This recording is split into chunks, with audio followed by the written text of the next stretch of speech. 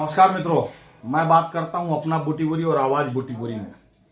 देखिए, आज हमारे बीच हैं, यहां पर मैं बात करूंगा सन्नी चौहान जी। देखिए, अगर मैं बात करता हूं तो नेता वही हैं जो अपने वादों से नहीं बल्कि अपने कामों से जाने जाते हैं। यदि मैं बात करता हूं आज के डेट में तो इनके कामों की चर्चाएं बहुत ज्यादा हैं आज के डेट में, और पूरे बुटीबुरी में इनके समाज के जो काम हैं वह अच्छे अच्छे लोगों को मालूम है। देखिए, मैं बात करता हूं तो सन्नी चौहान जी प्रभाग नंबर 2 से नगर सेवक के तौर पे भारतीय जनता पार्टी के उम्मीदवार हैं। अब मैं चाहता हूं कि सन्नी जी, आपसे कुछ क्वेश्चन पूछता हूं मैं, जो कि आज के डेट में जनता जानना चाहती है, आवाज बुटीबुरी की है। चलिए, मैं अगर बात करता हूं कि इससे पहले भी आप नगर सेवक रह चुके हैं, तो उस समय आपके द्वारा ऐसा क्या कार्य किया गया जिससे जनता आपको बहुत ज्यादा तरीके से जानती भी है और मानती भी है? नमस्कार। आपके माध्यम से मैं अपने सभी चाहने वाले और जो भी मेरी आवाज सुन रहे हैं उनको नमस्कार मेरा सभी को, आपका उत्तर देने से पहले। तो जैसा कि आपने पूछा मुझे कि मैंने ऐसा क्या किया पिछले कार्यकाल में कि जनता मेरे को जान रही है। सबसे पहले तो मैं बताना चाहूंगा कि एक पिछले चुनाव में जब मुझे भारतीय जनता पार्टी की तरफ से एक प्रत्याशी के रूप में उतारा गया था, तो मेरा वजूद ना के बराबर था और वहां पे मेरे कामों से ही मुझे आगे बढ़ना था। तो ये दिमाग में बात थी मेरे। जैसे मैं जानता हूं कि आप 2019 में जब पहली बार नगर परिषद का जो चुनाव हुआ था उसमें आप जीत के आए हुए थे, और आप ऐसे लेवल के मतलब यहां पर है बीजेपी में कि जो कि जमीन लेवल से टच है। जी। मैं कुछ बात करना चाहता हूं कि जिस टाइम पे लाडली बहन योजना आई थी, उस टाइम पे आपके काम के बारे में लोगों ने बहुत सराहना की थी, क्योंकि आप अपने एरिया के मैक्सिमम जो बहनें हैं उनका आपने तत्काल में ही और बहुत स्पीड से ही उनका नामांकन या दाखिला कराया था। उसके बारे में कुछ बताइए। देखिए, जिस टाइम ये लाडली बहन योजना आई थी, हाँ, तो तारीफ इसलिए हुई थी क्योंकि पूरे बुटीबुरी में हम ही एक प्रभाग में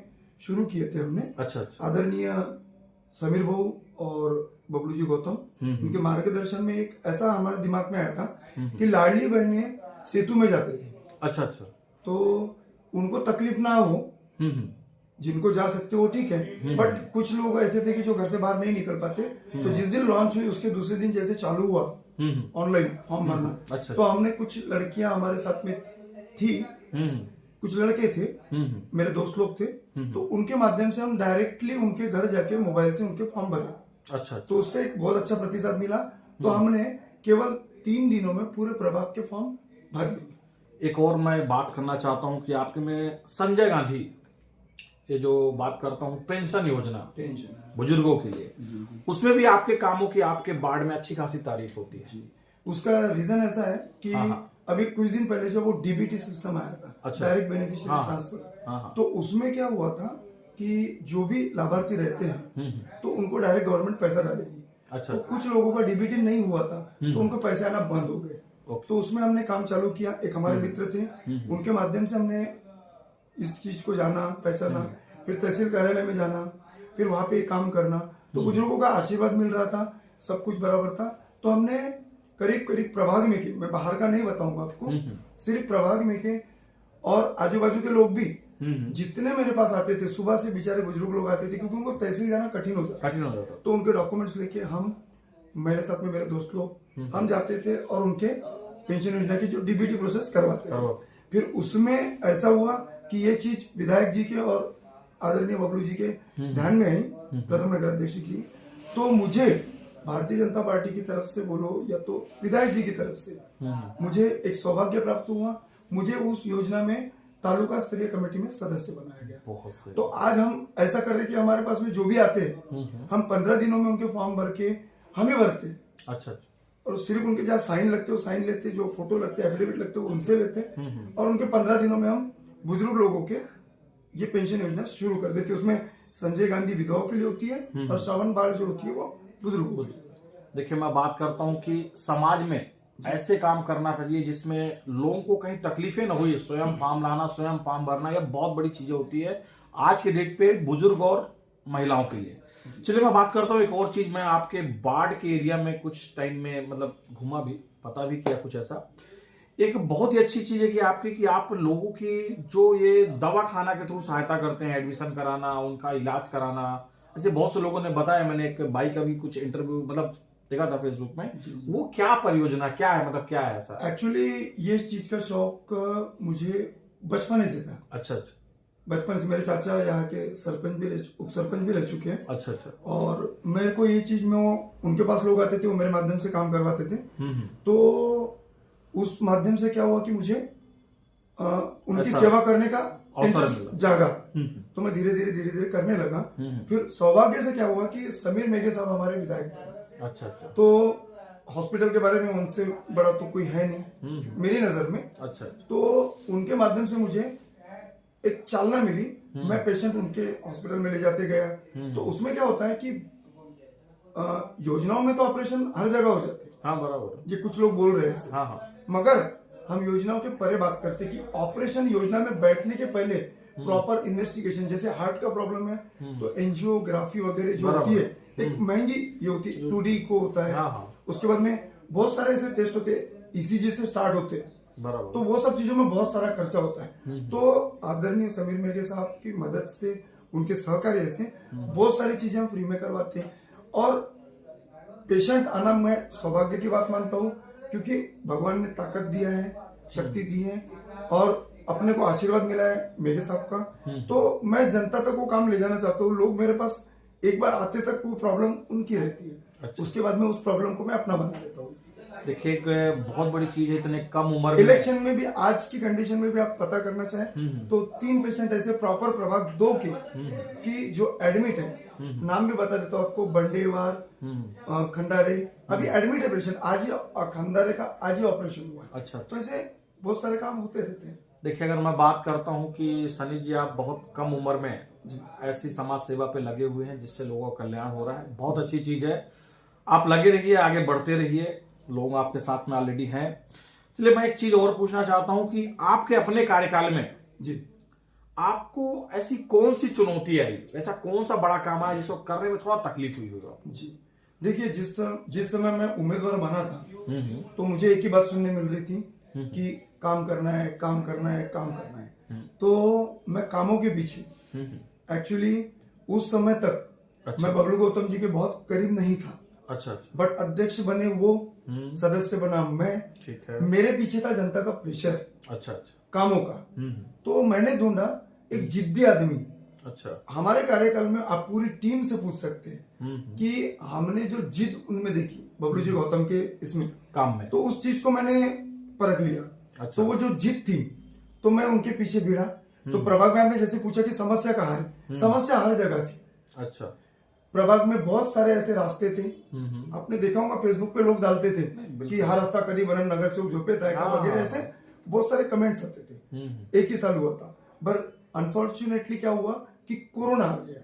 बराबर। तो काम थोड़े से स्लो होने लगे। फिर बाद में जैसे जैसे जमा वैसे वैसे अध्यक्ष साहब के पीछे लग के मैंने कामों की शुरुआत की। अच्छा। तो आज मैं गर्व से आपको एक चीज बताना चाहूंगा।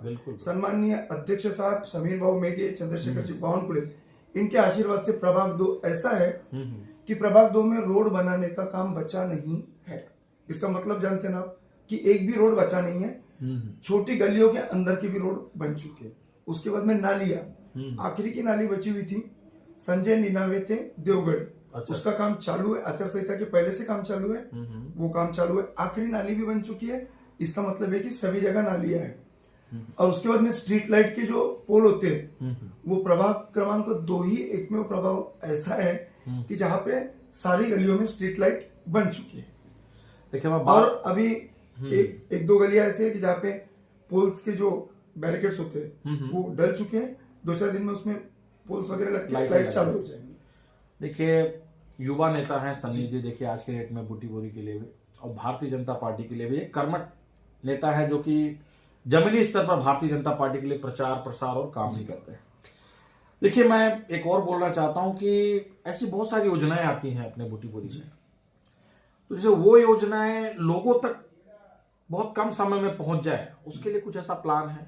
देखिए योजनाएं बहुत सारी है, कई सालों से चली आ रही है, पहुंच नहीं पाती, ये एक है। अभी हमारे इधर में कैसा है ना कि योजनाएं जब आती है तो कुछ लोग ऐसे होते हैं, अभी जैसे श्रावण बाड़ में वगैरह में काम कर रहा, अच्छा, तो इसमें पता चलता है कि वो लोग अलग तरीके से काम करते थे जो नहीं करना चाहिए। गरीब जनता के लिए हम काम कर रहे हैं तो वैसे वो निस्वार्थ भावना से करना चाहिए। मैंने जितने राशन कार्ड बनाए आज तक किसी से 1 रुपया नहीं लिया।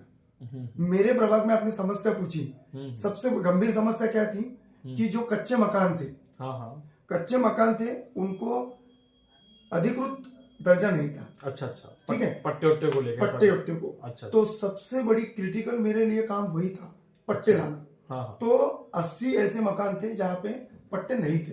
अच्छा, तो ये 35 साल से चला आ रहा था ये वाला केस। बीच में उन लोगों से कभी मोजनी के नाम पे, कभी किसी नाम पे कुछ लोगों ने पैसे वैसे लिए, जो किए कि नहीं किए मुझे नहीं पता। बट हम लोगों का जब गवर्नमेंट बैठा तो उसके बाद में हम लोग उसके पीछे लग गए। आदरणीय पालक मंत्री जी चंद्रशेखर जी बावनकुड़े और समीर मेघे, इन्होंने बहुत मदद की। साथ में हमको सहयोग था आदरणीय अध्यक्ष जी का, उस समय के तत्कालीन अध्यक्ष हमारे प्रथम नगराध्यक्ष, उनके माध्यम से हमने, आप यकीन नहीं मानेंगे, आप प्रभाग में जाइए, जिन 74 लोगों को पट्टे मिले हैं उन लोगों से पूछिए, उनके जेरॉक्स तक के पैसे नहीं लिए गए उनसे।